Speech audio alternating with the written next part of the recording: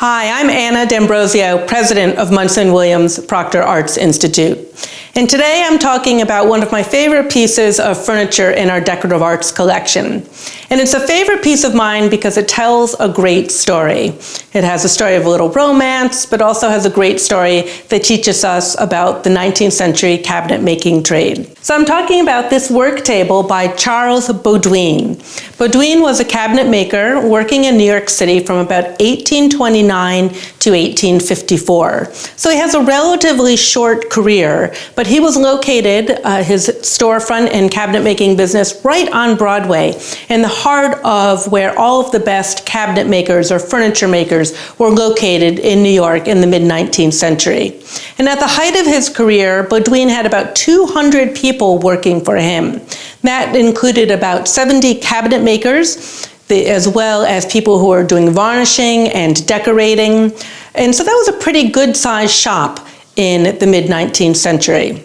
So why is this piece important to the Munson Williams collection? Well, in 1846, James Watson Williams had proposed to Helen Munson. And this work table was an engagement gift.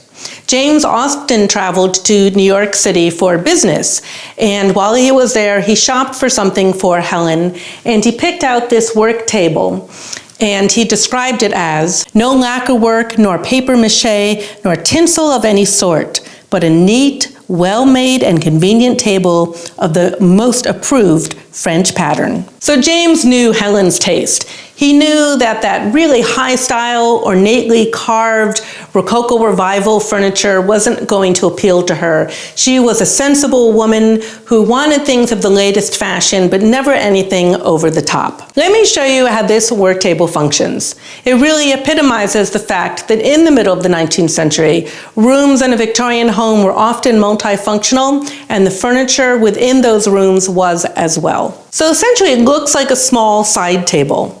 But as a work table, it was used for storage of writing implements or sometimes sewing materials. So if we open the table here, you can find a compartment located within that lifts out, and then there's a larger compartment below. There's also a little lever located here, and often this was referred to as kind of for the secret drawer. But this lever, when lifted, releases a drawer located below. But it didn't just function as a table for sewing, but also for writing. And if I turn this little brass latch here, it releases the hinge top. And so the top can be lifted up. It has a small latch on the back that catches so that you can have a tilted writing surface.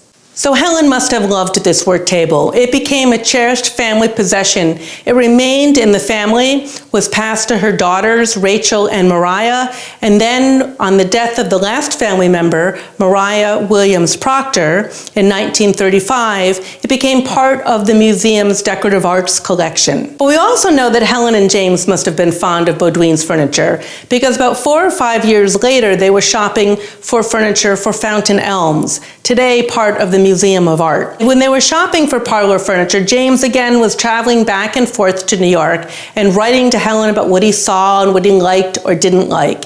And what they ended up buying was a suite of parlor furniture from Charles Baudouine's shop. And that furniture also remained in the family and then the museum's collection to today.